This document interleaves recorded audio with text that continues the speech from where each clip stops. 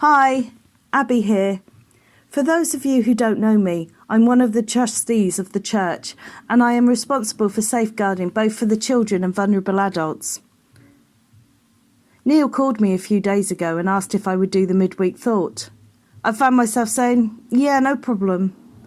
But then when I put down the phone, I felt an impending sense of dread. If I'd been asked to stand at the front of church and speak, I'd have been okay with that. In fact, you would have had a hard job shutting me up. But speaking into my phone? No, that's not me at all. I am that person who doesn't leave an answer phone message, but will drop you a text. I am the person who has tried to personalise my answer phone message, only to go back and delete it and revert to the standard one, because I think I sound daft.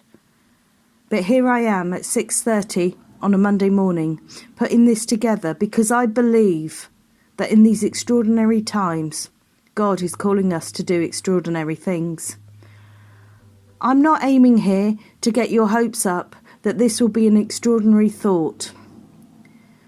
But what I am saying is, for me to do this is extraordinary for me. It's a million miles outside of my comfort zone. So why am I rambling about answer phone messages and the like? Because I believe that God is asking his church to do extraordinary things and be extraordinary at this time. And this is what I want to speak about this morning. COVID is affecting us all in many but different ways. And firstly, I want to recognise this. I want to give a shout out to those who are in isolation alone. You are amazing and God has a plan. I want to give a shout out to our key workers, those who are keeping going when everyone else has stopped. You are amazing and God has a plan. I want to give a shout out to those who are homeschooling, who haven't had a break from their children for more than 7 weeks now. You are amazing and God has a plan. I want to give a shout out to those who have lost loved ones or who have loved ones who are suffering. You are amazing and God has a plan. Each one of you listening will be affected differently, but I firmly believe that in this chaos, in this suffering, in this time which none of us thought would ever happen, God has a plan. At the beginning of the crisis, the government came under fire for calling COVID-19 the Great Leveller, that it affects everyone the same. For those of you who don't know me well, I'm a social worker. I work with some of the most disadvantaged children and their families in our country. So I'm coming to this from a social work perspective and my own experiences of frontline social work over the past few months. Believe you me, COVID is certainly not a great leveller. As a social worker and a Christian, my passion is social justice. This is about creating communities in which the innate dignity of each person is recognised. Societies where it doesn't matter if you're young or old, black or white, male or female, disabled, able-bodied, rich or poor, you are valued. You have the opportunity to be as healthy as you can be, to reach your educational potential, not to experience discrimination, and for your voice to matter. COVID is not a great leveller. Let me tell you some of the issues myself and my colleagues are working with at this time. Mental health services are pushed beyond their limit. A number of the children I work with are unable to access the support or therapy they desperately need. Domestic abuse has skyrocketed as people are trapped in their homes with their abuser. Domestic violence killings have increased in the UK by 300%.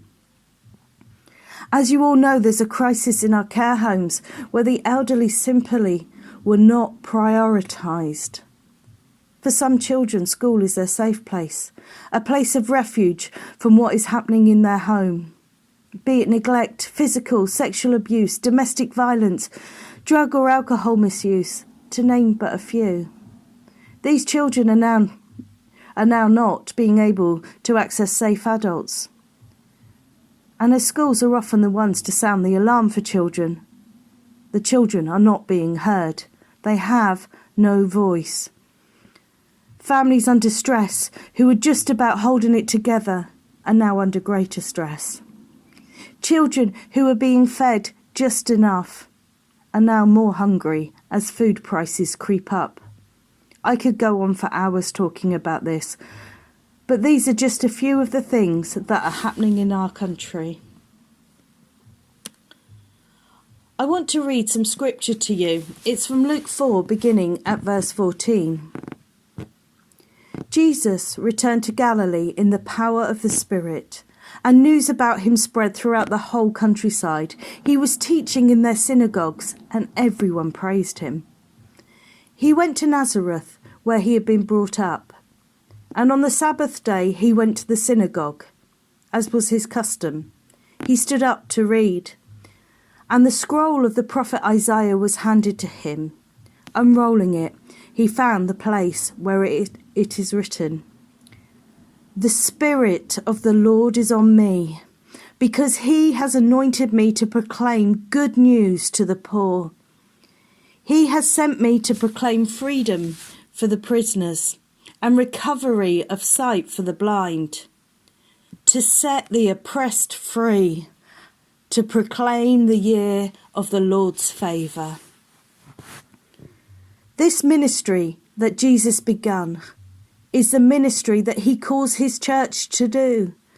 He wants us to proclaim good news to the poor, proclaim freedom for the prisoners. By this, I don't mean only those who are literally in prison cells, but those who are prisoners of their circumstances, those who are prisoners of their mental health, their drug addiction, their anger, their poverty, their health. And again, the list could go on. He has asked us to proclaim freedom for the blind, for those who cannot see God in this situation, in their personal situation, in their grief, in their loneliness. London Road Baptist Church, this is our calling.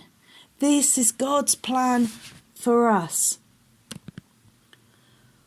We are living in dark times.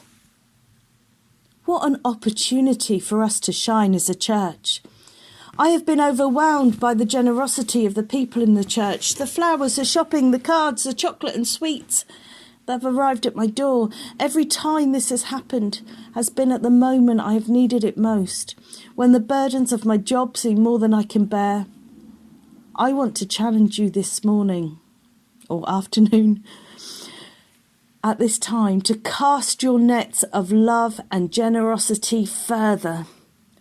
The acts of your generosity have given me strength, but let's not stop with one another. Let's reach out to those who have no idea that in this madness, in this chaos, in their grief, in their suffering, there is a God who has a plan. Let's be creative in the way we reach out in this strange time of social distances. Let's leave chocolate for the bin men. Let's send emails to our children's teachers thanking them. Let's bake more cakes and deliver more flowers. Let's put notes through our neighbours' doors, checking if there's anything we can do to help them. Let's dream dreams for the future of our church and the ways we can reach out to those in our communities. Many are seeking the return to normal.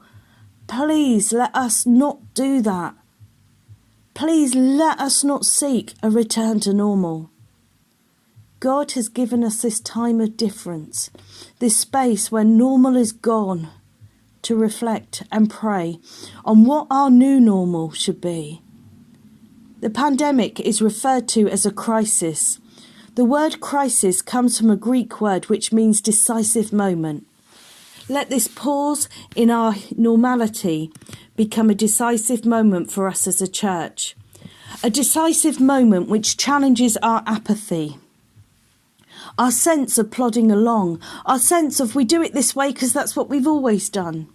As restrictions slowly lift, let's be a church which emerges with a fresh sense of vision to proclaim the good news of Jesus, to set people free from their personal prisons, to be the voice of the oppressed. In the darkness, let us be the ones to shine.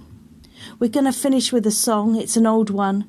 I joined a choir at Spring Harvest when I was a teenager, and the words of this song have stuck with me, reminding me of my purpose. It's called I Will Speak Out. Let it be our promise to God as we look to the future in this strange new world.